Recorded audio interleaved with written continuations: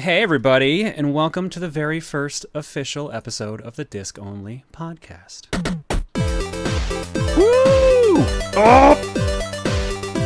That was where we were supposed to insert the excitement, right? Yes. Apparently. Yeah. You did it. You found all the excitement, every little bit.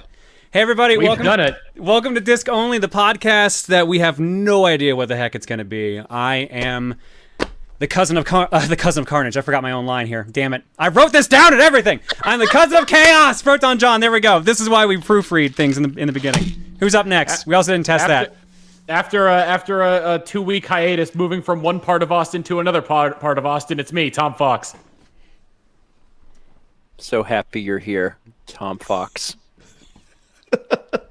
I'll go because we didn't rehearse what order we would do this I'm in. going in order of the pictures. It went John, me, Steven, and Jared. See, I'm right. Oh, that was we didn't just. Oh, hi, I'm Steven George, the internet grandpa. And I hit stuff with sticks. I'm the 8-bit drummer. Hey! Now for an hour of pain. Someone asked if I lived in Boston. Austin, no B. It's Texas. Austin, Boston. Boston. Boston. I've flown from Austin to Boston for PAX. Say hi to your mother for me. Whoa. Anytime like anyone does like that Boston accent, all I hear is I don't even remember who said it. It's who's the actor who was in Marky Mark? What's his name? The Marky Mark and the Funky Bunch. He was in Mark Wahlberg. Yeah, anytime someone brings up Boston, all I hear is like someone trying to do a Mark Wahlberg voice saying, "Say hi to your mother for me." That's all they ever say. I don't even know what it's from. They just do that. There's this really amazing Saturday Night Live sketch where Mark Wahlberg talks to goats. I know that's I believe this. No, I believe this. But I believe you. That's what he says to the goats. He just keeps going up to like the farm animals and saying, "Uh-huh, how you doing? You doing okay, Mr. Goat? All right. Say hi to your mother for me." And that's probably where it's from. That's got to be where it's from. It's really good. Like in the timeline of Saturday Night Live content that is enjoyable and good, that one's pretty good. Whenever I think of like that Boston accent, the first thing that comes to mind is like the Scout from TF2. Like what was it? I was gonna say something along the lines of like Boink. Oh, You're like, yeah. Oh, look, he shapeshifted into a dead guy. Did Scout ever talk to goats, or is that just a Wahlberg? No. Okay. I was thinking Boston, not goats. Not goats. Why are you not thinking goats, Tom? I'm not thinking goats. I'm sorry. How could you? How A could lot you of people say I scream like the screaming goat. Is that a I hear compliment? it. I don't know. Oh, absolutely. Like, back whenever that was a big meme that was going around, like they put the ah in like everything, like the screaming goat. Like, it's what's the song that goes in? You're lying on the cold hard ground, like that. And it's the freaking goat that's like ah, like that.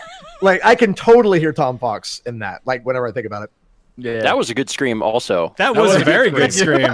Like I thought that you had like the sound effect ready to go because Man. that's how good that was. Look, I am not that prepared for anything in life. I just Are want you you to know are that. you sure about that?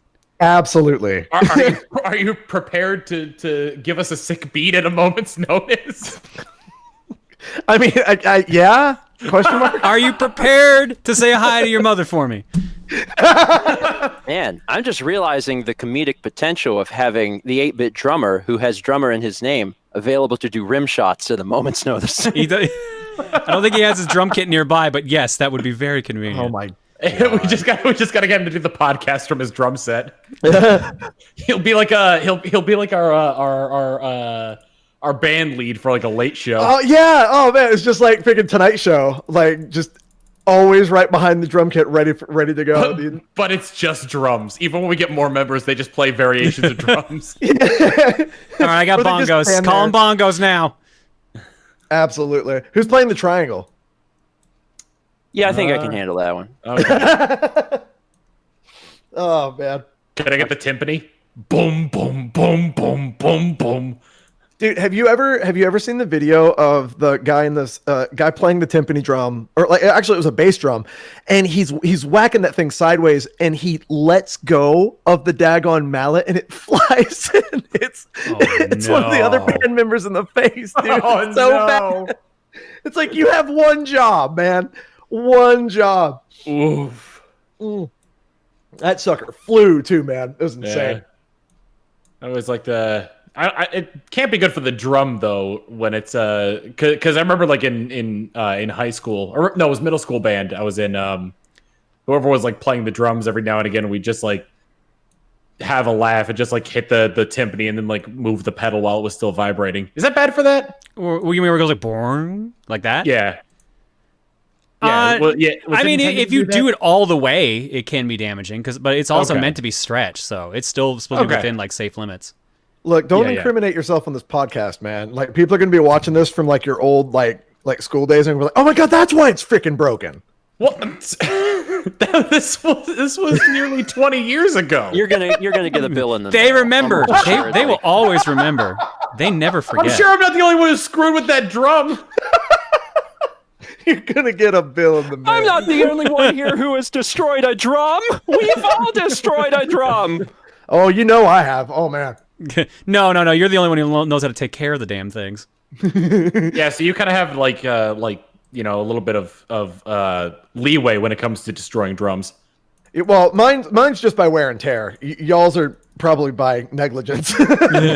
Yep, can confirm. Mine would be, why do I own a drum? What happened? Dude, if I learned anything from No, Steven, we just went over this. You want a triangle?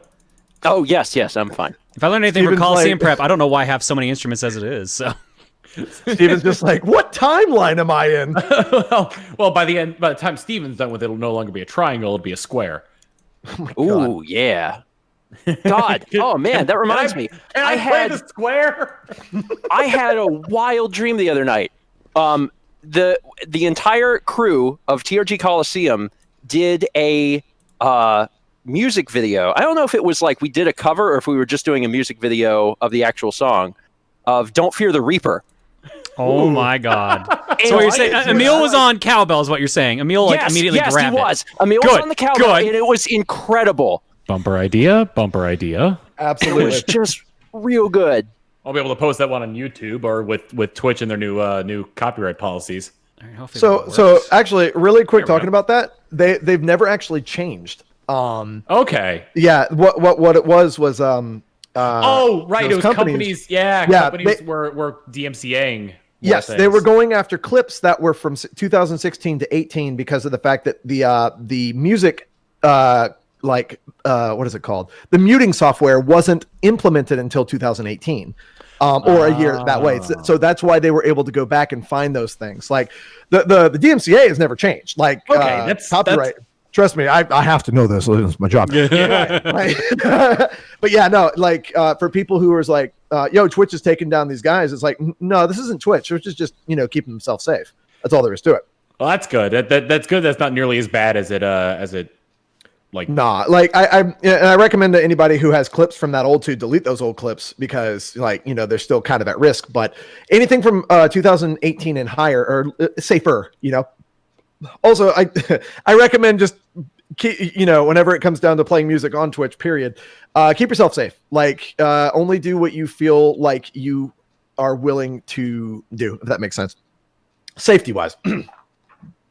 Also, it's kind of wild that the software couldn't retroactively work on old clips. Well, no, it only worked for those clips after it was implemented. It was never, it wasn't meant to do that. It was only meant to do clips after it was actually made. Because they would have to put all those old clips like in the machine or whatever, but I don't know exactly how that works. But since it's an automatic thing through the VOD system, like they didn't want to have to go back and do that because clips was only around for 2 years before they actually started muting clips. It's interesting. Because they've done, like, Twitch does a lot to protect both itself and by extension its casters. So, But at the same time, Well, they never tell us they're gonna do that stuff. I know, I know. I like look. There's always two sides to each coin, man. Like, Twitch actually just released a status page for the website. So if Twitch is down, you can go to the status.twitch.tv and it's like, no, it's broken. Or hey, it's working. How did it take them this long to make that? Like Twitch status or Twitch servers has existed for how many years now? And this is the last podcast we'll be streaming on. Yeah, that's why I don't like. That's why I don't really talk about it too much. But like, no, I'm really glad that they finally got something official, right? Because we were using like Twitch Status, Twitch status. Yeah, Twitch status and Twitch support on like Twitter, watching and seeing what was going on. So they're working on it. They're getting better. And one thing that I do hope is with like the loss of Mixer, with the loss of Mixer, God bless. That they thermodynamics. I'm trying. They continue adding more stuff because, like, competition is good. Competition got us affiliates. Yep. And affiliates is fantastic. Thank you, chat. No, but I refuse to speak. Nah, that's just how it is. Apparently that is also as well, like Twitch for the longest time, like sort of ran on third-party sort of like add-ons. Like I feel like they haven't really had a need to implement a lot of things because there were third-party sort of like add-ons that were created by other people that did pretty much what people wanted to just be a part of Twitch. And Twitch was like, it's already there. Which makes sense, but at the same time, like, this is the same reason they started doing bits and stuff like that, is because they don't have any control over the third-party aspects unless they buy the company or the person who made it. So if you want to control all the aspects of your site, which Twitch, to be honest, kind of didn't from the early days, they keep doing things like that. So I get why they did it, despite Twitch status existing and working pretty well. But you have to keep people in your own ecosystem, and that's what they're doing. I don't know if that's like Amazon telling them to do that, or if that's just Twitch like realizing what they've done. Like, it could be a number of things. Yeah, and I don't like.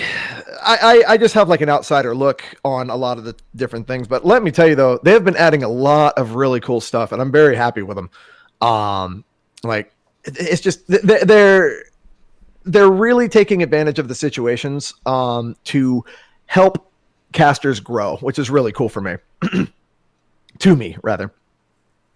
It's also cool for you, considering that it's both. It's actually both. Everybody has room to grow. But like I will say that the best thing that the site ever added was affiliates, like bits and subs for affiliates. Like that is just god tier in my opinion. Like allow everybody bits and sub revenue. That's genius. From a business perspective, it makes sense for them too, just because like it's so much more revenue coming in from just like a vast majority of people who can't get up to partner status. Absolutely, yeah, and it makes it to where like it's cool to still like push for partner and everything, but it's so easy to be able to make, like, I know affiliates who make more money than I do on Twitch. Like it's actually insane. Damn. I don't want to call any of them out because but no, like there's one guy in particular who is just like, I was watching him the other day and he's an affiliate. He had 15 69 cheers in the course of like 30 minutes. What? Because it was a meme on his channel. He has really good alerts. I'm talking god tier alerts, and like I say that we have good alerts. This dude is on fire. It is ridiculous how good his stuff is. But he has over like 150 different ones that you can do, and if every one of them is hit, he adds 5 more in the course of the month. He's so freaking smart with money, dude. Oh brilliant. My god, that's actually brilliant. Live. But yeah, that's no, nuts. like. You know what? Frick it. I'm talking nothing but good stuff about him. His name is Secret Agent Jacob. Check him out. He's fantastic. He's super funny, and he's one of my good friends. So yeah. And just from bumping him, you're probably gonna push him over to affiliate or to partner status, dude. Like he deserves all the success he gets, man. He's wonderful. It's actually his birthday today, which is kind of cool. Oh, nice. But yeah, Jacob's a good dude. I like how there was before we started this podcast, there was a little bit of discussion how we were afraid we weren't going to be able to fill all the time that we had, which I don't think that's good. There's always stuff to talk about, even if it's boring and mundane, like moving. Yeah, how did that go? Tell me about moving. Oh, it sucks so much, and I have a tendency to overpack large boxes with video games. Tell me more. How much moving sucks? By all means, tell me all about it. Well, John, I'll keep my trap shut, considering that you've moved a lot and you have significantly more video games than I do to move. I was gonna say, like let's do a count here. How many times have we all moved since, like, let's count being out of high school? How many times have we all moved since being out of high school? Twice. 3 times. Does moving to college count? I would say moving to college counts. I'm going to say don't count moving back unless it's for long enough. Because if that was the case, okay. I could, I could count summer break. I've been in I was in 3 different dorms, like over the course of the time I was there. So that's 3, and then Columbia's 4. Okay. And then the apartment is 5, and then the house is 6, and then currently this is 7. Okay, that's not bad. 5. What were you at? 5 or 6 for me. Okay. Mine's actually 3. So yeah, I lose this one. All right. I went to. Oh, I'm sorry. Go ahead, John. No, keep going. Keep going. Well, for 2 semesters I went to the University of Dayton in Ohio. Stayed there. Second year I transferred to Fairleigh Dickinson University in Madison, New Jersey. And my junior year I switched dorms and then stayed in that same dorm. So that's 3. And then 2017 I moved to Austin, and then I stopped couch crashing with a friend and moved into an actual house. And then I moved here with Donna. I have a feeling that John's about to annihilate all of us. Just stretching a bit. Just give me a second. Just gotta get limbered up. All right. 2 years in a townhouse when I first moved to Calgary. Then we got kicked out because of my roommate. Then I stayed 1 year with the lady that I met at a bus stop. And then I moved in with I took the room of the boyfriend at the time of my roommate. That was the Gong Show house. That was there for a year. Then it was moving into the basement of someone's house that my mom and dad met at the church.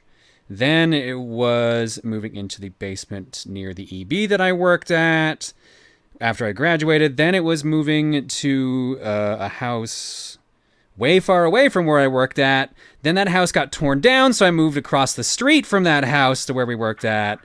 Then that house got sold, so we had to move to the house that I broke up with my girlfriend at the time with. Then we were only there for about 8 months. Then I moved into an apartment for 2 years. Then I moved into a townhouse with Reese for 3 years, and now I'm at the house I'm at right now. So that is 11.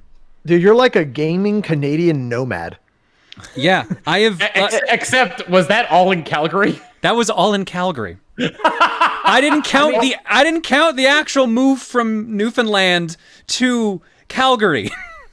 Also, lady at a bus stop? Yeah, there was one part in there I was like, all right, there are a lot of. Do you want?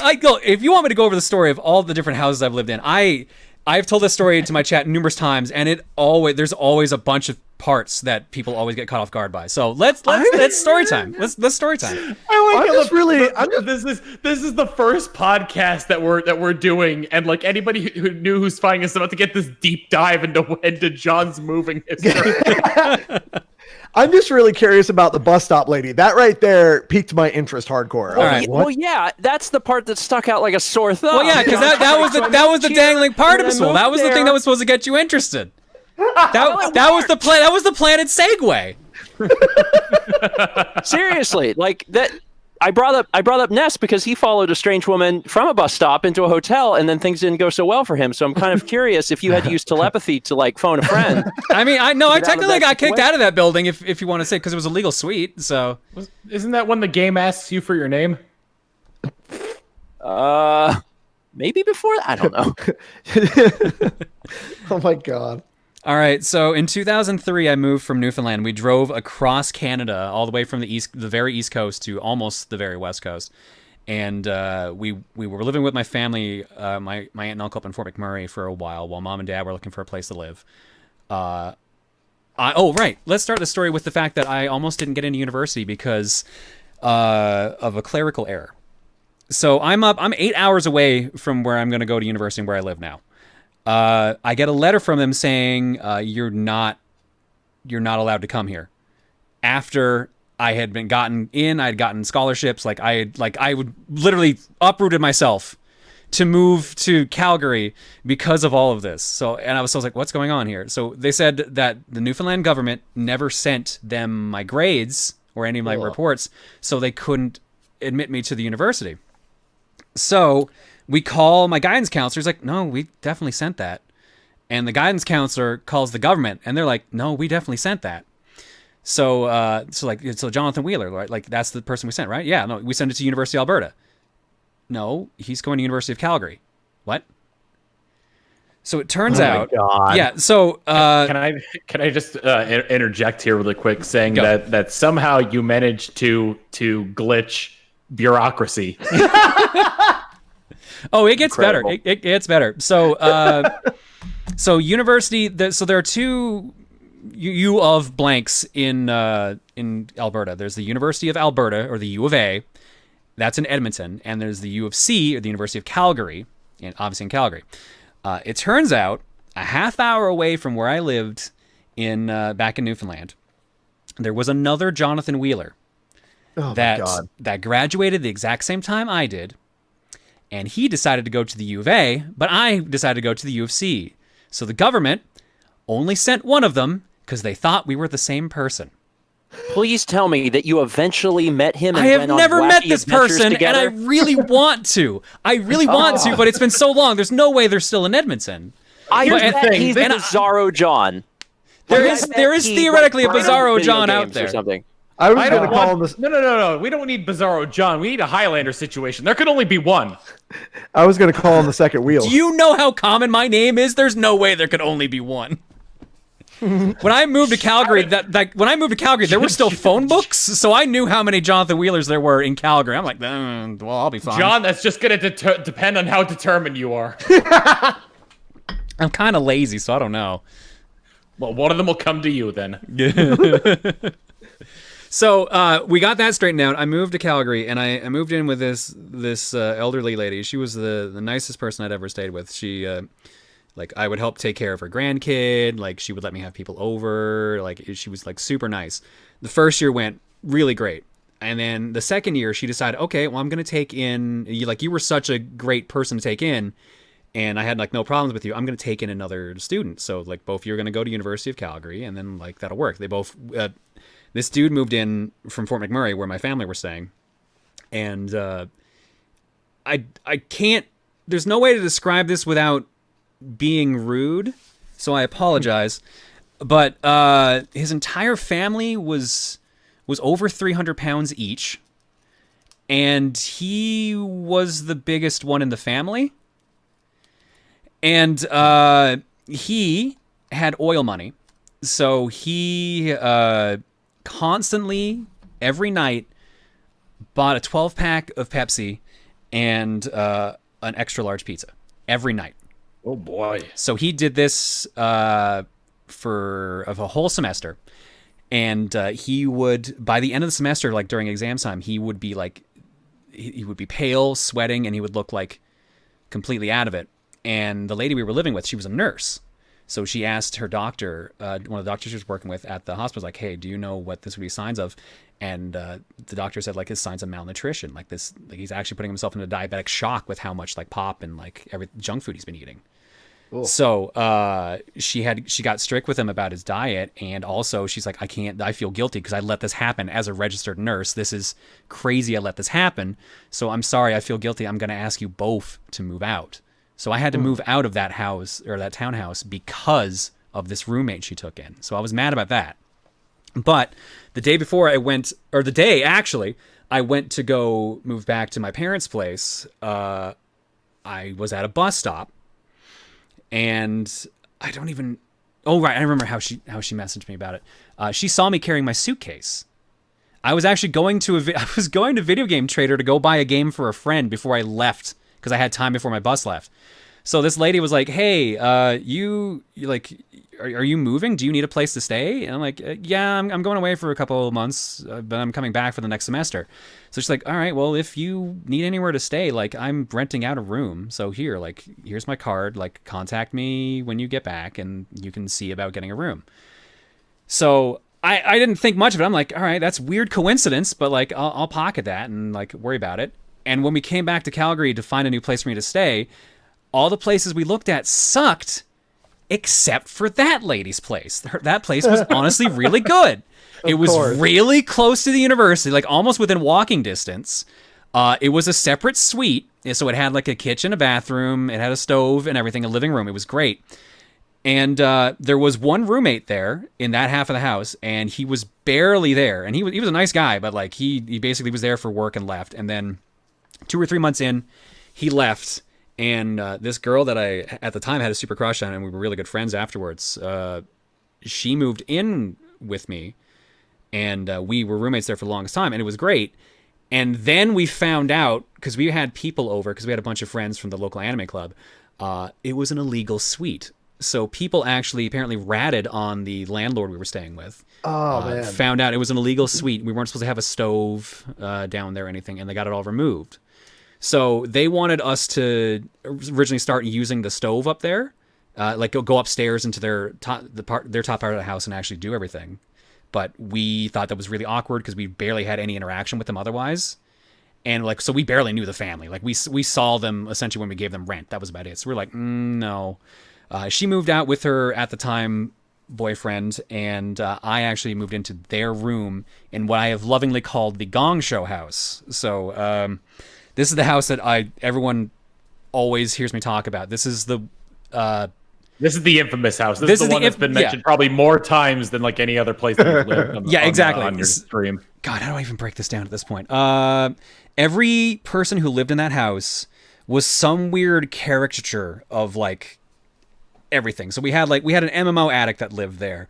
We had a pyromaniac that lived there. We had a furry that lived there. He actually wore like a foxtail and everywhere. We had a Christian theology major that liked to pick fights. We had an ex-Wiccan. We had a dude who acted like Butters from South Park. We had a dude that looked like the pirate from Lazy Town. We had no, seriously. How many days was it until the place burned down? I'm just trying to. The house, well, emotionally it burnt down like a year later, but physically it's still standing. That's John, so much longer than I expected. After you got booted out of that, after you moved out of that last place, John, you just became the central character in a sitcom. So here's the worst part is, like, I say everyone's like, I kept joking to my friends, like, everyone's like was a character at the house, and they would always respond like, so what was your thing? And I realized, I was like, no, I was fine. And I sit down to think about it. I'm like, oh shit, that's where I started LPing. Fuck. Yep, there you go. So I started LPing and cosplaying in that house. So it was just the most degenerate of all. I was the worst. I was the worst. Man. I was the YouTuber. Oh man. No, I'm sorry. I was the Google videoer, I guess. Oh man. No, I do have a question for you, John. There was a video that went around a little while of you you were Dante from Devil May Cry. Oh man, that old video, yeah. That is one of the oldest videos I remember watching of you. Because like that video came out like right after you did Kaizo, and you were like, oh man, people remember Kaizo World, and I'm like, man, like looking back, it's like, man, 10 years later or whatever, and you're like, frick, if you would have only have known. Like, no, I look back at that video and see like 10, 12 year, like what year would that have been? That would have been 2007, probably 6 or 7. Yeah. So I see like 13-year younger me, and I'm just like, oh fuck, you don't even know what you're about to go through. You don't know what's gonna happen to you. It's so crazy because like I've said it before on Coliseum and whatnot. It's like it's weird that I've watched like all of y'all before like I became friends. Like I've been a huge fan of like all y'all for a long time, and it's so surreal sometimes to be like, yo, you guys are my friends stuff, and then now I'm just like, yeah, we all suck, you know. It's just so funny like how that dynamic can really change. In like such a good way. I don't know, man. It's fun for me, man. I'm freaking living the dream. I'm having a great time. Here, since you brought it up, let me find at least a good frame to stop on. Oh, you have the video? I memorized the title of that video. Trust me. Send it to Dan so that way you can put it in for a time code or something like that. I'll put it in general for Dan, and then I'll put the actual capture on sorry, screen. that wasn't expecting that. It just appeared on my screen like a sign from God above. Yeah. So this is one of my first cosplays. This was an image of like us at like a Halloween party in like 2007. Yeah, 2007. So it like the costume was actually great, but it looks it's very weird seeing that young me like that. I love man. I love Dan's reaction. He's just Jesus. Dan in the chat's just like Jesus. By the way, for those who are joining us here, Motion Dan, who does editing for me, Steven, and the Runaway guys, is producing this podcast. So Yeah. big shout out to Dan for the hard work he's doing for this. And also for typing Jesus in all caps, because Yes. that was the appropriate response That is the appropriate response. to Jonte from Devil May Cry. Yeah, no, It's really Jonte funny. was actually my nickname for the longest time in my friend group, was because they would like, it was like Jonte, DeJonte, just like some permutation of like those two parts. I mean, you might get along really well with Steven's friend Thomas. Yeah, that's funny because our friend's last name is Jonte. So Nice. Here, See, let me get probably you. probably spelled exactly like how they would like kind of spell Jonte for you, John. yeah, I guess here since I'm sure chat's gonna want this. Here is a better image of my actual cosplay. So this was the actual cosplay with like the full jacket. And that's you. That is actually me. That is very young me at this point. This would be like 13 years ago we're talking. And here's a picture for you guys to see as well. That's a very professional picture. So the only thing I can think about, and I'm sorry, John, it's like you put both of those pictures next to each other, and it's like this is you, and then the guy that you're not, she doesn't want you to worry about, or whatever. check out that glow up. I could almost see it as kind of like I could be your angel or your devil. Yeah. I mean, that works considering Devil May Cry, but yeah. Yeah. No, that's a really sick cosplay. But like, The angel one would be the one just the screen grab from the video, and the devil is the professionally taken photo. absolutely. But like whenever like the Let's Play thing started, whenever I started watching them, like I would only hear y'all's voices, right? Like and just like anybody, mostly you're only hearing voices whenever people are doing Let's Play. So I was curious if there was any videos of like you, Emil, and John, or Tim, because I was watching you guys together. If there were any videos of y'all's faces, because like it's easier for me to kind of like enjoy somebody if I know what they look like. It's a weird thing for me. No, I get And like that was the video that I found. I'm like, oh, frick, cool, okay. So he's also in the cosplay. So it's just really funny that that was the video where I first saw what you looked like, John. Isn't that crazy? Good Lord. This is the cosplay picture too. So my friend like was trolling me with that because like if you listen to in the video, she's going on about like Kaizo Mario and that, and like my friends thought that was the funniest thing, that video. They were just like, oh my god, it's great hearing you freak out and saying like move faster, Pokey, and stuff like that. And at the time, I wasn't jaded about it yet. So I'm just like, I was like a little embarrassed. And I'm just like, yeah, it was really funny. Yeah, I like sharing it. But then like, I was just like, oh, this is going to keep happening, isn't it? And sure enough, it did for the longest time. Yep. This is one of the reasons I don't cosplay as much anymore, or like go to cons just solo anymore, aside from work, is my friends in person when we were at a con would just randomly scream out, "Oh my God, is that Proton John?" out loud. That's the worst. At a convention in a crowd, and I'm just like, "What are you doing?" Dude, I have two friends of mine. Shout outs. Well, actually, just one. Shout out to my buddy Roland, who would do that freaking crap to me too. He's like, "Oh God, it's the 8-bit drummer!" in the middle of like of a con crowd, dude. I want to kill him sometimes. Like, oh my God, Sounds like a great friend. Oh no, dude, he's one of my best friends. Like, I worked at Best Buy with him about like 10 years ago, and like, good Lord, we're still friends. We still have like game nights, but man, he drives me nuts. I love you, Roland, but frick, if you ever do that again, I swear. Oh. See, like, my friends, like, respected it to the point where they would, like, do that, but never in, like, a crowd. And, like, it's never to be, like, rude or mean. It's just a really funny thing for them to do. And then I always give them the glare. I'm just like, are you freaking joking? Because there will always be, like, one person that's like, oh, hey, 8-bit drummer. I'm like, God dang it. Yes, How? yes, How? that's what made my friends stop. I kept telling them to stop. I'm like, please, like, stop. Like, that people actually do recognize me, like, and they didn't believe me. And then SakuraCon in, like, Seattle in, like, 2012 or something like that.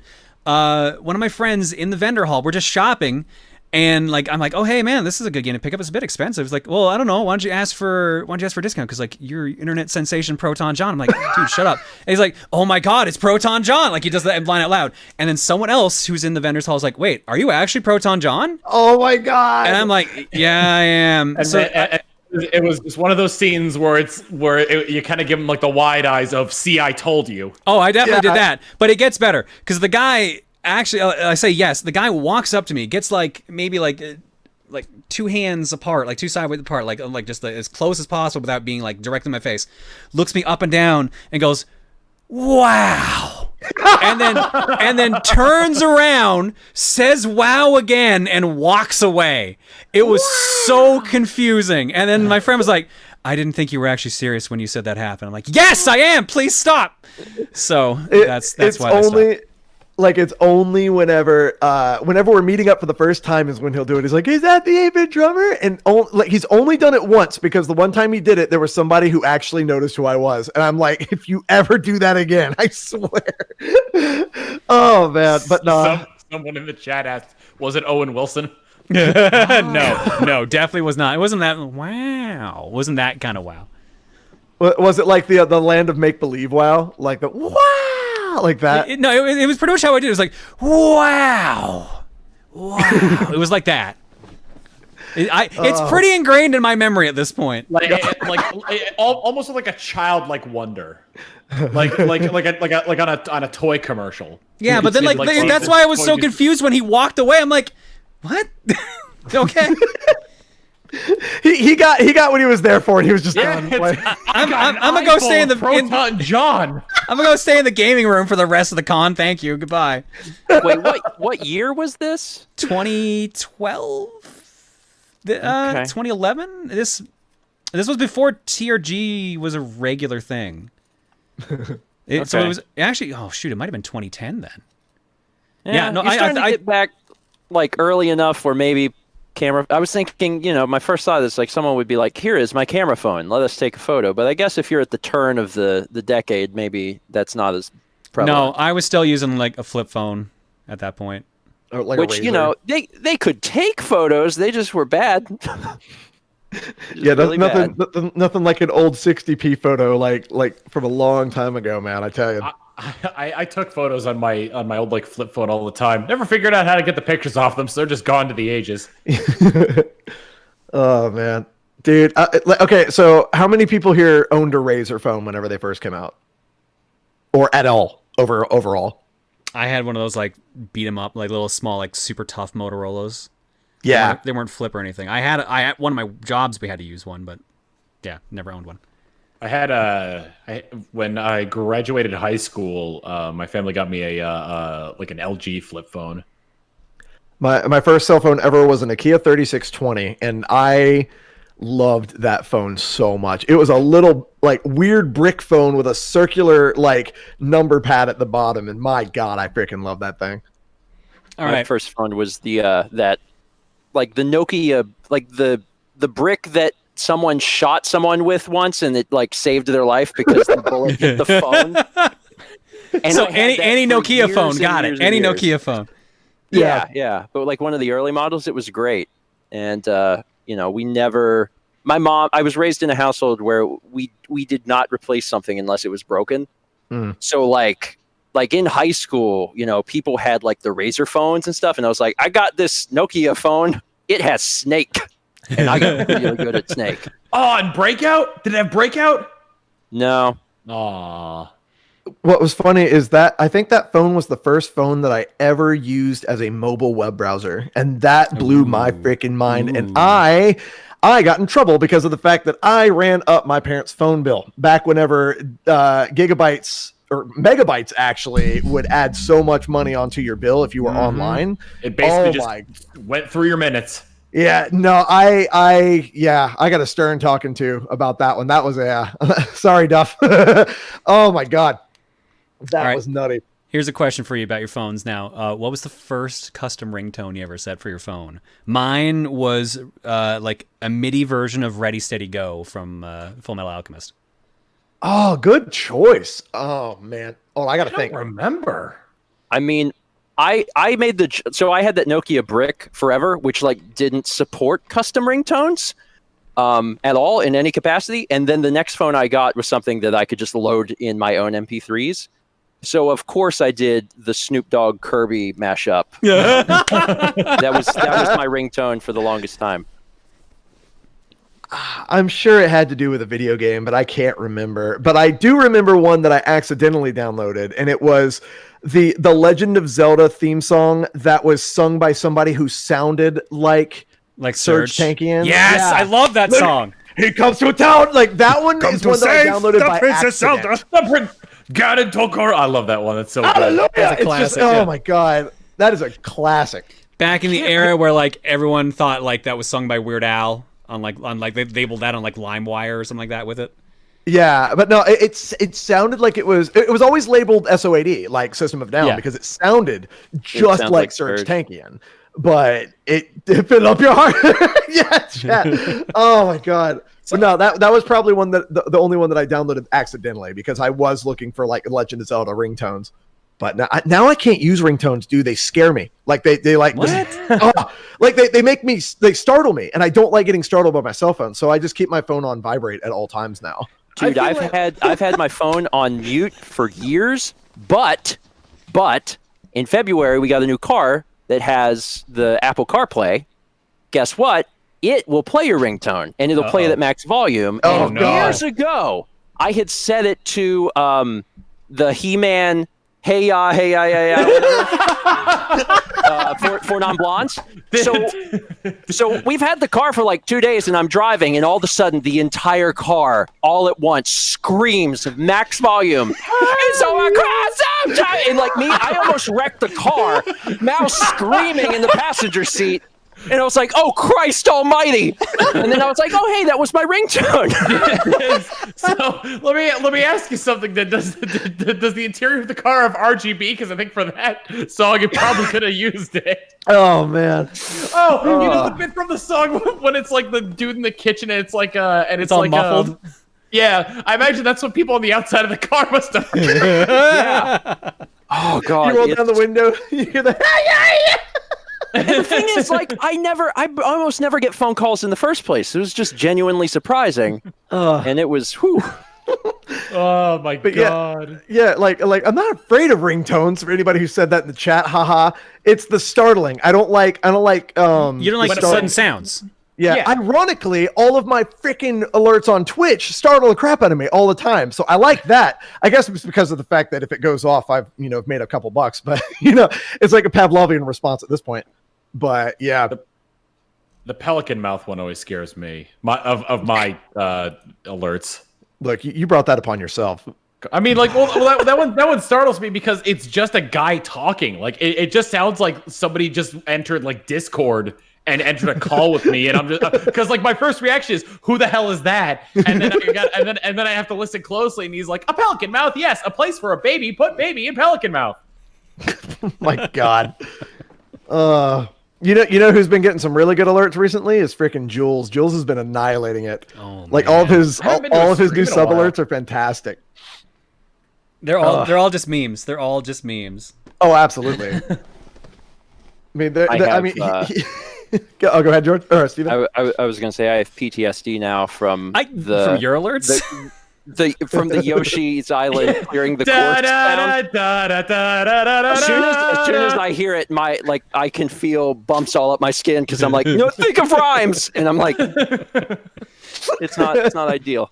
For those who don't know, Steven has had a donation incentive where if you dropped I think it was 5,000 bits, he had to make up a rhyme or like a hoedown based entirely on whatever topic you gave him. That's what his current one is. I think it's specifically the song from Whose Line Now. The hoedown from Whose Line? Yeah, It's that's hoedown his now, current but one, for the longest time, it was the completion course for Yoshi's Island. And that's almost ruined that song for me. I can't listen to it anymore. You've had a few over the times that you've had it, because it started off with the haircut song that you had. Yeah, it started out with a song that had a much higher BPM than it should have, because it was almost impossible to quickly make a song out of it. Dude, I can't I don't understand how people can improv like that. I got another buddy named Homek who he does a stream sing out. He does like vocal butchers where he will talk like a character for a couple minutes. It's ridiculous. Like the amount of work that takes. Me, I'm just like, yo, here's Wario screaming, have fun, like frick. That's all I can do. Yeah, the improv skills are off the charts with you guys. Like I don't even understand, especially like you, Tom. Like I remember the donator segment. My God. Oh, that was so fun. That was so Mal, fun. Mal and I were watching on the couch while that was happening, and we were just dying. It was wonderful. Like I thought I was decent at like improv, but you had me on my toes. I was like, holy frick, dude! I can't even keep up with you. It's all about just keeping the conversation going. Just like if like you don't really gotta like think about too much of like what's going on. You just gotta kind of like, as long as it like fits the theme and you're kind of responding with a with something that can keep the conversation going. It's good. Mm-hmm. The yes and rule works out a lot too. Like however, like we kind of went against that in the Lord Donator segment when you kept calling the lamps my children. Or Lord Donator's children. But that was actually what made it funnier, is because getting the vibe of it is like I knew that you could work with going in the negative direction with it, which is why I kept pushing in the positive direction, because we've got pretty decent like commentary flow when we're going. And I know that like I can throw something at you and I can go run with it, or you'll run with it, and vice versa. So that's why I was like pushing that storyline, and why I kept trying to like mess you up with it, because it's also fun to try to make you break character. Because I watch that segment back every now and then, and I love I can just see you like you do this little like, and then you get your composure right back. Like I'll do like a little like wheeze laugh, and then like and like a little smirk comes across my face, and I gotta like be like no back into it. That's my favorite. I think there's one point where Lord Donator's like let's drop the scintillating topic for a moment and read this donation instead, so I can finish reading this donation. And I just double over laughing, and and then of course there's Emil. Oh my God! That's why I want. That's part of the reason why I want to like start up a D&D game at some point, just because I want to like I've never DM'd before, but I want to like see if I can, because like I feel like that'd be like the ultimate improv session, is just like going off of like what your players are like trying to do, and trying to like oh my God, like I want to play D&D so bad. Steven can attest to this. Steven has run 2 D&D sessions for TRG in general, and having Emil in your group is a trip. Dude, it's oh my wild. God, because like his mind goes in just a different direction than you would expect. And it's always surprising. And it's fun as a DM, because you're like, oh, that is not what I expected anyone to say. And now we have to work with that. The only 2 things I remember coming out of like any sort of TRG D&D thing is that Emil always names his characters after a guess he's made in Wheel of Fortune. Yes. And Massey ends up Errol. What is it like? The first line Emil said during like the session with Mal, he says like Massey says something, and then he goes, a bitch. And then we all lose it. We're like, she was like was she like a lycanthrope? Lycanthrope or something. Yeah. She was supposed to be able to speak perfect English, but then at that point, all she did was just growl at Emil for the rest of like the 2-hour session. It was amazing. God. Like she just went full feral on it, just to not have to have a full conversation with him. It was hilarious. I've been watching a ton of Harmon Quest. Like they use Pathfinder, but just like it. The way they go about it is like it's just so much fun. If you take D&D seriously, you're probably not gonna like enjoy Harmon Quest, but it's just a great like comedic show. It's so good. One of the most memorable moments of a D&D campaign. It was me, Erica, Adri, Massey, and Emil. We were all playing, and at one point he had fought off a wolf. I ended up hitting it with my ice breath, which froze it, right? And then he's playing this character named Mr. Filth. He's like a I don't even know what type of character. It's like an orc or whatever the heck. He's just like, I want to make it into a flail. And I'm like, and Jules is just like, roll for initiative, or what, like roll for it. And he rolls a nat 20. So he takes his whip, wraps it around the daggone frozen wolf, and then he's using that as a weapon for most of the time. Over the next day, it starts to thaw out and now does poison damage because of the fact that it's like, rotting It's wolf. rotting because it's Dude. rotting. He's so freaking funny. Like, because in the fact that he was able to get it, Jules is just like, well, looks like you have an ice wolf flail now. Good job. It's like, what the heck? Just beating, as Chat has put it, beat a motherfucker with another motherfucker. It's just, that's just how it goes. Bam, bam, bam. Oh my god. No, that was the highlight of the entire campaign, was just him and that flail, man. He probably didn't like mean to reference this, but like way back, like I remember there was like a VG Cats comic where like one of the characters ties a rat to a stick and makes a rat flail. And like that was like one of like the best jokes to come out of that webcomic for the longest time. I always thought that was a parody of like the sword chucks from 8-Bit Theater. It might have been. I don't know, but either way. Oh, the sword! Oh my god, the sword chucks! I remember 8-Bit Theater. The animated 8-Bit Theaters were really good too. Someone reminded me, VG Cats apparently updated last week. Really? Yeah, VG Cats is still active. Newest comic, 381 Stranger Sofas, July 4th, 2020. Wow. That's a blast from the past.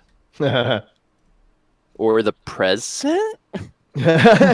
Question mark? It's a blast from the now. Someone said, I want to see a meal DM a campaign. Oh my god. That would be the epitome of just chaos, but I think it would be hilarious to watch. My first character in D&D died in like the second encounter. It was to a gelatinous cube in a hallway that the gelatinous cube couldn't fit in, and I had my character walk out into the room where it was. Got absorbed by it, was paralyzed, and then slowly got consumed by acid over the next 5 turns. Imagine losing to Jello. Yep. I was not. I was not a smart person back then. If only you would have eaten it. You would have been fine. I think it was made of acid. I think it was made of acid. I think gelatinous cubes are acidic. Dying to a gelatinous cube. Gelatinous cubes are. There's a lot of slime creatures in D&D, but the gelatinous cube is always one of my favorites just because of how bizarre and stupid it is. I thought you were just going to say because you really like cubes.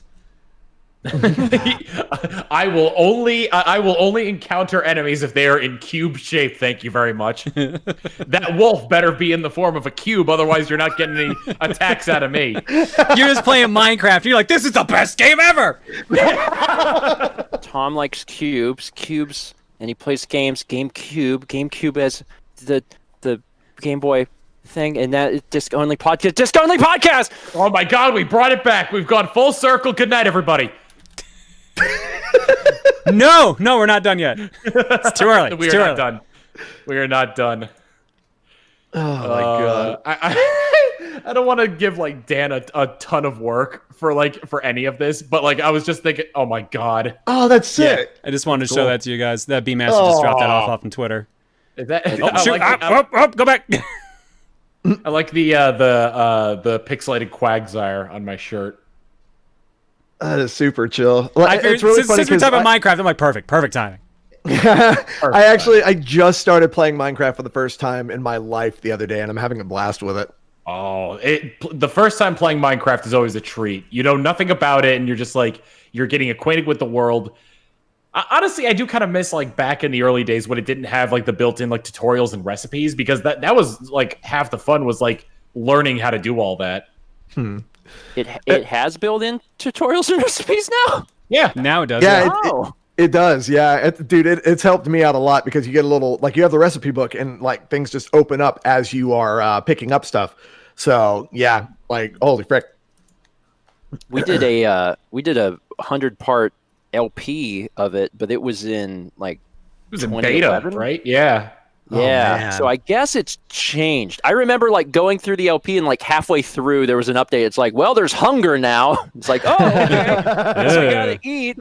Steven, we played Minecraft recently, like within the time that they've added the tutorials. But there was a Pokemon in it. How do I know what's Pokemon and what's Minecraft? Tom? Fair, that is fair. They're one and I the same. can't tell the difference. You catch the Pokemon in a cube, and then you The throw the thing cube is- and say, "Go Cubamon!" I am so unfamiliar with Pokemon nowadays that I you don't know. I might see a creeper and be like, I'm gonna try to catch that thing, and turns out that's not a Pokemon. I don't know. I feel like when you throw the Pokeball and it explodes, you'd be like, "Oh no, I guess I was wrong." I think trying to think.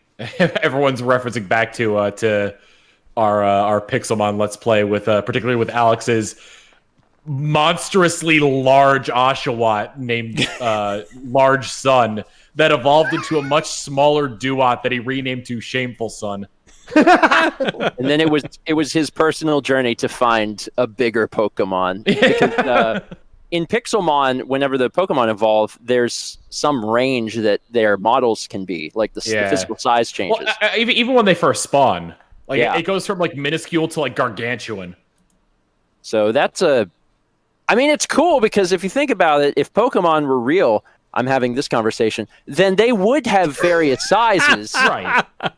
I mean, let's just be honest, I don't want to science this too hard, but they wouldn't all be the same stupid size. But also, when they evolve, they shouldn't get smaller. He is a shameful son. I mean, they did that in text only in the Let's Go Pokemon games because like you'd like catch one and it would say like, oh, it's huge, and then it would say when you catch it like what its size and weight are. Yeah, it's not like Monster Hunter where it's actually different in game, like the size in game. Oh, you said Monster Hunter, and it reminded me that Monster Rancher 2 is coming to the Switch. Oh, really? I didn't know that. But it's in not Japanese only. It's not translated. Yep. God! They didn't do that with the first game either, and I want them to so badly. Time to learn a new language, Tom. Yeah, or I'm trying to think. Was it? It might have been Tenmar who was playing it. Where they had like their phone with the Google Translate app, just holding it up. Oh to yeah, the no, the that works too. Yeah, we gotta. Yeah, we need another Whisk Kitty, another Little Craw, another Duck Bug, and another Crushy Peter. Of course, Crushy Peter. Just duct tape a PS1 to your Switch and like hook it up, and you'll be good to go. There you go. You just reminded me. One of my friends makes port reviews where he reviews like ports of different games to see like which one is like the definitive version. When he did one for Final Fantasy VII when it came to the Switch. For every one of the transitions, he put the disc in like he put the original like PS1 disc in like whatever console it was, and then for the Switch, he just drops it into in between the Switch and the dock. Oh man.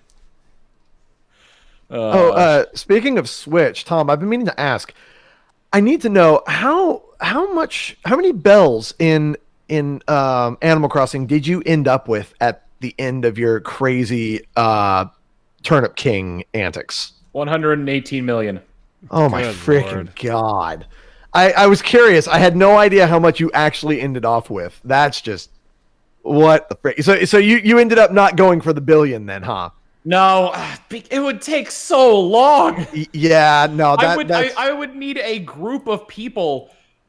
I would need a group of people to help me with this at the crack of dawn when Daisy May comes to buy as many of the turnips as possible and just drop them on my island and then wait until somebody gets a really good inflated price where I have to travel to their island 80 times with 40 stacks of turnips in hand. It's such a huge mess and a time sink. And it was content the first time because I did that for 6 hours on stream, but there's only so long I could do it for. See, this is the man who has been broken by turnips right here. This is the sound of a man who sees a turnip in a daggone grocery store and just completely does a 180 and just leaves completely now.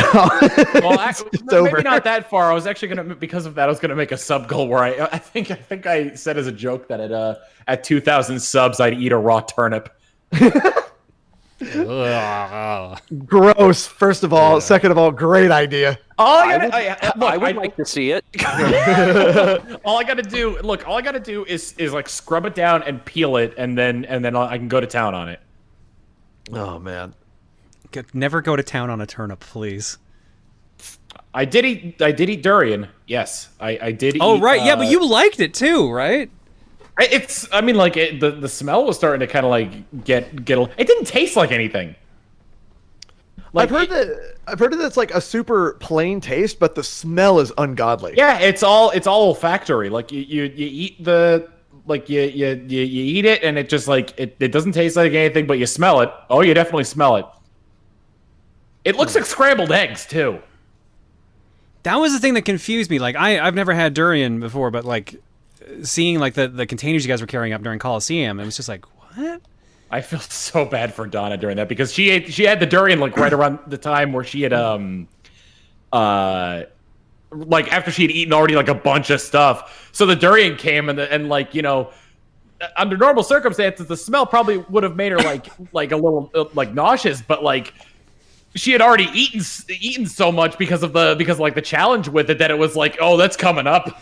Can I say, as some behind the scenes, like Tyler and Donna did not run that idea fully past us. Like MC and I, we saw it as it was happening. We're like, why are they eating so much food? Because we saw, like, Tyler sent us a spreadsheet of everything. I'm like, oh, that's a lot. Oh, good, they're getting points for that. That seems cool. Fine. And then we saw how much food they had to eat for how little time they gained. I'm like, oh my god, this. Yeah. They're gonna like, they're gonna throw up on stream. And then like, I think you realized it, and you were like, you guys need to roll it down now. You guys need to stop. I'm trying to think. I can't remember how long the segment was, but like that segment was at least an hour. That segment was at least an hour. Like halfway to 3/4 of the way through it, I'm like, all right, let's either reduce the portions or increase the amount of time you get for each one of them. And it was nuts. Because like it was a really good concept, but oh man, just like the amount that they had to do was insane. Yeah. It was a lot of food. It was like there was like nuts, there was eggs, there was apples, chicken, rice, the durian. When we saw how much, we were like, "Oh no!" Just like the dread of like they're gonna burst. I mean, like, unfortunately, the trial run was the actual run, but like, you know, it's good for kind of like it's something that could do with like tweaking if they decided to run it again, like maybe like more people the food idea is fine. They just got to be like, all right, and you should have doubled the amount of time you got basically. It's a developing thing pretty much. Yeah. But yeah, no, we were just like, oh god, what are they doing? Oh no. That was that I believe was the second time that my roommate at the time, Z Royal Viking, was included in a Coliseum because he was in my bumper, and he came in at one point during the Breath of the Wild segments. Like, yeah, get on camera, say hi. Huh. Did he eat anything, or did he? I'll take some of that food off you. I don't think he ate anything. Yeah, no. He was a real good sport about helping me with the bumper, because up until that point I was doing it by myself, and it's like I really need another person's help on this, especially with a camera pan. Also, we wanted to show it a little bit more at the end, but the room that he peeks out of, for when he's like, Tom, what are you doing? Is a bathroom. Like there's and like if you I don't know if you could tell from there, maybe like during like one of the pans or something, but like. It's a room like in the dead center of the house. So it's a half bath, so it's really tiny, and there's no exit aside from the door he just came out of. So when he walks back in there, he just goes straight back into the bathroom. See, that makes it better though. Yeah, it's all about the illusion of it, right? Yeah. That's the one thing I'm both excited, like I'm happy about and also sad about, is because TRG Colo was remote in 2020. I mean, it was cool that we got everyone to do bumpers on their own. That was really neat. But also, there's so many ideas that required multiple people that I was really excited to work on and shoot. And we have to, postpone those another year. I mean, the problem was like we had to rewrite. We had written everything down we were going to do. We literally had like a giant spreadsheet full of bumpers we were going to film the minute we landed. And then less than a month before the actual event, we're like, we gotta rewrite literally everything, and we're like, oh my god, how are we gonna do this? Like, most of us don't even have cameras to like pull this off with. We're like freaking out, and I feel like there was a long stretch where none of us showed anything that we were working on at all. It was like just pure quiet in the server. Oh yeah. And then suddenly, like, one person, I can't remember who did it first, dropped theirs. I want to say it was Jules. Dropped theirs first, and then like everyone showed theirs at once, and we were all like, "Oh my god, thank God!" Like everyone's like really shining through on these bumpers this time around. I was impressed. I was very impressed. I was watching the stuff come out, and like I'd be like, "Mal, look at what John did," and then like we'd be like watching it together on the phone in bed. It was great. I was super excited to see what everyone was coming up with. Dude. Were you saying that in a sense of like, oh man, I'm excited for this, or this is cute? Because as I recall, like everyone just kind of had like good for what they had, but then yours was like for your Emmy consideration. well, I was really excited because I know that, you know, some people in the group, they do not have that sort of background. Like they don't have like a background with cameras and stuff. And I was still blown away by what everyone did. And it was really, really great. Now, did I have extra time to focus on just mine? Yes. Did it work out okay? Yes. I was happy about that. I love the Easter egg of you watching your Sims 3 Let's Play with the lamp shrine. Which by the way predates like our sort of lore with the lamp by years. Yeah, the thing with TRG loving the lamp is just super funny to me because I've like we were doing it years and years ago, so whenever it started to happen in the TRG universe, I was like, good. Very good. I was really glad that I was able to get somebody to help me with mine. I got Hypercoal to do the edits on my bumper, and I'm just like, man, that could not have gone better overall, because I suck at video editing, ironically. But I have to say my absolute favorite one, and I still quote it, and I think everybody in this chat knows exactly what I'm going to say. I know which one this is. It's freaking Open Up This Pit, man. Yes, yes, that was so funny. Jack. The Open So Up This good. Pit one, I can't stop screaming it. I owe him like money in like residuals for that, like legit, because I just scream that every time I play like a heavy song on Cast now. But yeah, oh yeah, the chat loves it. Like they know exactly what I was talking about. It's just rushing in with Open Up This Pits in the chat. Yeah, dude.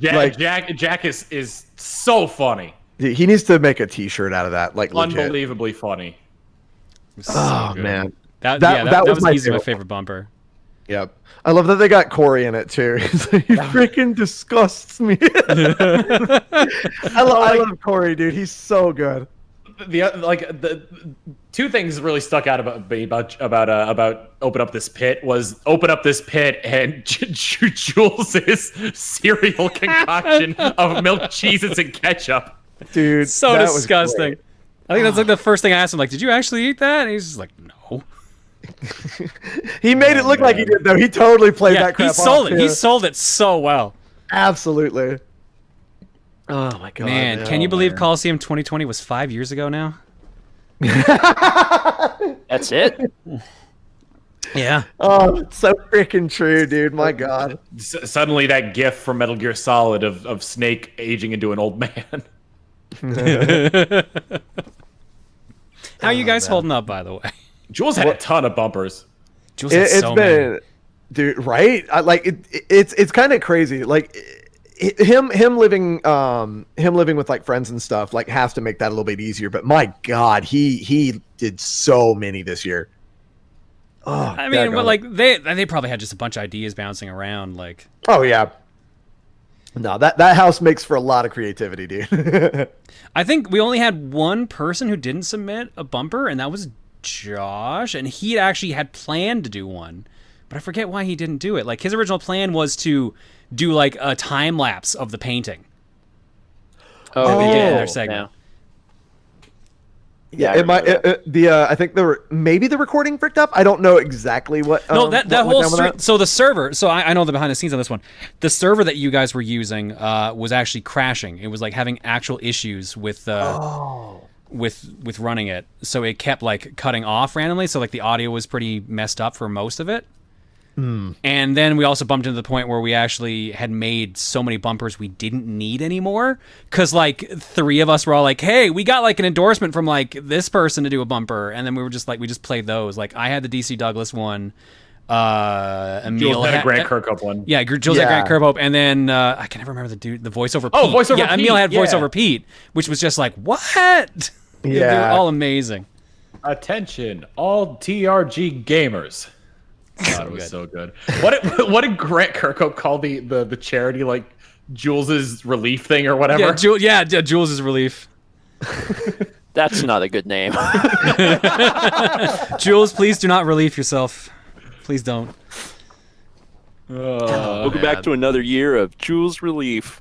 Jules Relief. It goes along great with what he did at the end of the charity. Oh my god. I can't believe that's still laughing my ass off about that. Because like I didn't see any prompts at all from chat that I can remember. I just remember seeing this message pop up in the corner of my screen being like show this if you want. I'm just like, what?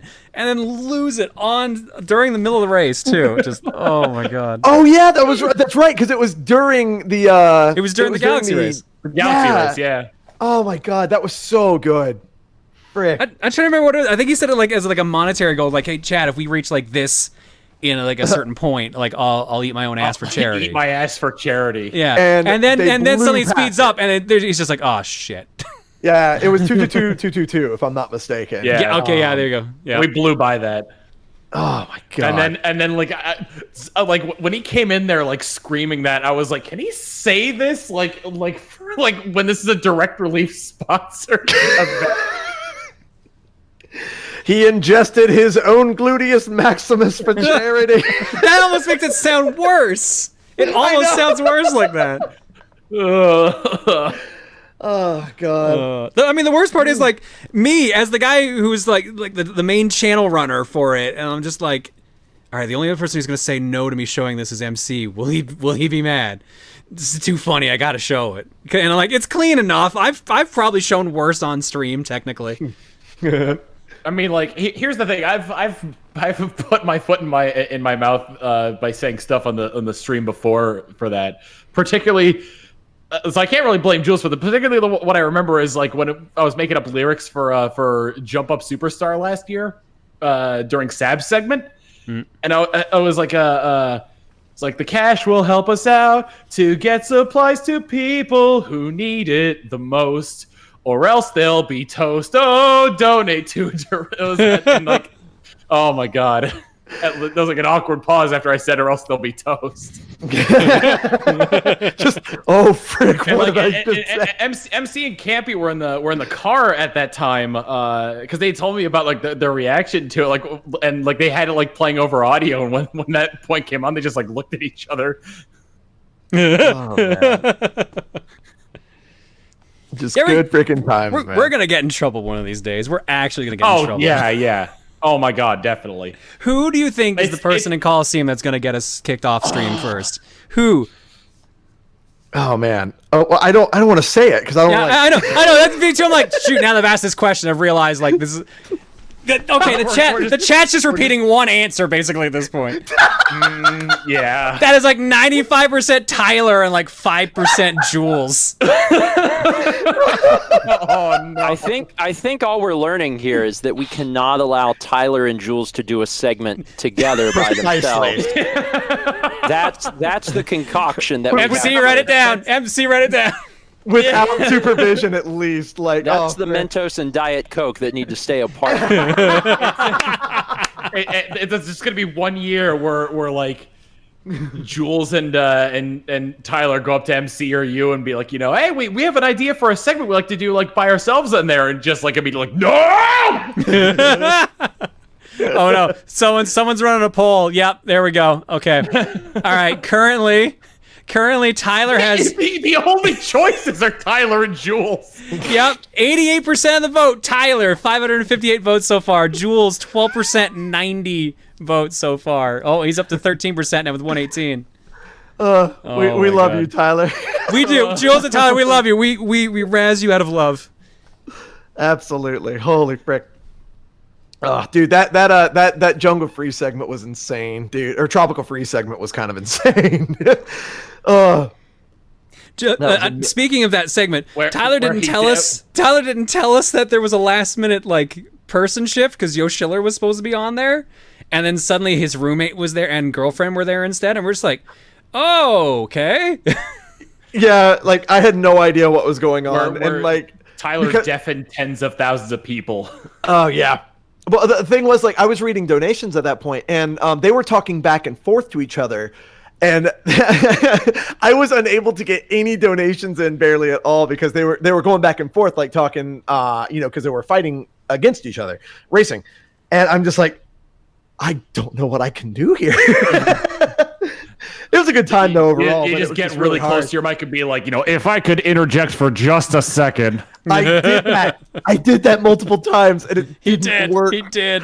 And like I know, and it was funny because I remember John sent me a message. He was like, "All good," and I'm like, "Yeah, I'm all right."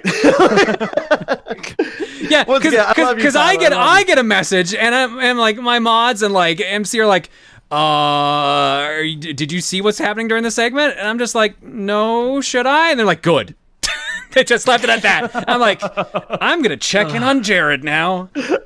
Nah, it was all good other than that, but it was just like there were a couple of moments where I'm just like, "Ooh, ew," like, oh no, like just yeah, it was a really really crazy segment. Let's just put it that way. Yeah. Also, the viewer count doubled while we were on it. So I'm still confused about It went that. front page. Yeah, it was crazy. Like it was like 12, 13, 14,000 people, and I'm just like, I can't get a word in edgewise. Oh man, such a good time though. No, Coliseum went crazier this year than I ever expected. Like we legitimately we were all like, we're never gonna get close to like our first Coliseum, and then we broke the record of like by like 60,000. Yeah, like the infinity money thing in my bumper was meant to be a little bit tongue in cheek, but like we got infinity money. Just it was such a wonderful experience too, and getting Erica to join in on that was like super cool with both, like for me as well, because like I mean, well, frick, I love that woman. I love doing stuff with her, and she had such a good time this year at Coliseum. Like she's already looking forward to the next one that we get to do. So, Aw. Well, hopefully the Man. next one we can do in person. Absolutely. That has certainly been the highlight of the past few years for me, is being able to do Coliseum just as a concept, but certainly being in person has been really nice. Actually, tonight for dinner, Mal and I were cooking breakfast food. I was making eggs and bacon and hash browns, and as we were cooking, I was like, man, next year we should make a breakfast dinner for everybody. And she's like, yeah, breakfast. And I was like, yeah. Aw, that's really Absolutely. sweet. It's also one of those things as well where it's kind of nice. I'm trying to like think as well. It's like going to like a convention and seeing all of you guys, and then going to do TRG Coliseum, entirely different because we're at those conventions for work pretty much, and so it's kind of hard to like get time like away from that or just to kind of like hang out. But at Coliseum, we're also there for work. yeah, well, yeah, we're there for work, but it's like it's a lot easier. It's more condensed, and like we're able to like see each other like on a much more regular basis, and like actually talk to each other, because not everybody's doing everything at the same time or like has their own thing that they're doing. It's several days where you are spending all of your time with each other, as opposed to PAX where, I mean, sometimes you kind of see someone like going from point A to point B, and you're like, hey, it's good to see you again. And then you're like, well, I'll see you in a year. And that's it. Unless you're me and you've locked yourself into your room at Coliseum to get all the segments done that you weren't able to get done in time. man, it's gonna be good. Oh, go ahead. Sorry, Tom. I was thinking as well, just like I was gonna say, like when I was trying to think of the words for how to describe like being at Coliseum with everybody, the first thing that came to mind was when we're stuck with each other for 5 days on end. Oh man, All it's right. just a good time, man. Good time. I think it might be time to call it here. Yep, good place to wrap up. Yeah, I think so. This went actually surprisingly smooth. I can't believe I'm going to say this, but you guys want to do this again next month? Absolutely. Yes. I can't Yeah, believe let's this do is it. a thing. I literally can't. But before we go, just this will be available in audio form as well, right? Yeah, so the VOD for this will be going up on my backup channel in about 2 days. We're going to try to sync up the audio one and the video one to go up at the same time. So I would probably expect this Thursday or Friday up on the... Dan actually said I can pretty much do whatever I want, so we'll see. But that'll be up on youtube.com/ProtonJohn livestreams. That's my VOD backup channel. It will also be available on audio-wise Spotify, iTunes, and I can never remember the third site. Dan. SoundCloud? Was it? I don't know. Is it SoundCloud? It was a name I didn't recognize. Stitcher. That's the one I didn't recognize. Stitcher. Dan. It will not be available on SoundCloud, Stitcher, Spotify, and iTunes. Yeah. So those are the three. So this will actually be available for people to listen to. And we're going to, for now, we're going to do this once a month. We're going to do this every first Tuesday of the month. The first Tuesday of every month, yes. Yeah. And then if demand is high enough and we feel like we can actually keep going like this, we might up it to maybe twice a month, but that is like down the road. That is down the road. Yeah. That is down the road. And before we go, we should, like, each of us should kind of like plug our stuff, and then yeah. I'm on break for 2 weeks. I'm on break for 2 weeks. I guess I'll start. You can find me over at youtube.com/TomFox or twitch.tv/TomFox. If you want to know anything that's going on my channel, you can head over to twitter.com/TomFox and follow me there, because that's usually where I post like videos and streams and whatnot. And if you want to join my community in particular, I've got a Discord. I don't know how to link to that in your thing, so I'll just say that I have the Discord. Who's next? Go up. So Jared next. Yeah. Twitch.tv/8bitdrummer, 4 days a week, Monday, Tuesday, Friday, Saturday. We're doing drum stuff, and then I do a gaming stream randomly throughout the week. YouTube, we put out a video every single day, and Twitter, I retweet a lot of cute Pokemon art. That's basically all I use that for now. But yeah. Probably a better use than I do at this point. Let's see. Twitch.tv/Stephen George. We're doing breakfast at 9 a.m. on Tuesdays and Thursdays, and on Fridays at 8 Eastern time. And then on Fridays at 8 p.m. Eastern, we're currently in Breath of the Wild. Mal and I are playing through it blind. We know nothing about it, and we just got started, and we're going to be working through it for the next several months. Forever. Forever. Otherwise, vlogs every day. A medium goal. Medium goal. Like I said, this is my channel if you're watching this live, so hi. If you're not watching this live, it's your channel as well. It's still my channel, so I don't know where you're watching this. What the hell? Stop bootlegging my YouTube videos. But if you're listening to it... Yeah, if you're listening to it, go to twitch.tv/ProtonJohn. Like I said, I'm off for 2 weeks because my wife Lucajin is going in for surgery tomorrow. So I'm going to be taking care of her for the next couple of weeks. So I'm taking that time off to make sure she recovers well. But otherwise, my normal schedule is Mondays, Wednesdays, and Saturdays around 8 p.m. Mountain Time, and sometimes Fridays either in the afternoon or in the evenings. That's the variable day. And obviously you could be watching this on the backup channel. So those get updated and uploaded there as well on YouTube later. And hopefully by next month, by the next podcast, my regular solo YouTube will be back up and running. We'll see. And that's youtube.com/ProtonJohnSA. So we'll see. And all right. We'll see you all. And then right now, because I still have to keep talking. I gotta say a special thanks to Popsky for doing the theme song. For those who did hear that earlier, that lovely little jingle. Popsky made that for us a while ago and just is solid. As well as the art from Prism Shard, who's done our logo in the background you can see here. And the amazing intro piece that Paper Pennies did for us. And obviously, thanks Dan for putting up with us just doing this straight up. Hell yeah, Dan! Yeah, Dan! All right. For real, though, hope you guys enjoyed the first episode of Disc Only. If you enjoyed it, tune in, hopefully, August 4th on here, and I'll see you there. Otherwise, later, everybody. Catch y'all next time. You're beautiful and stay beautiful.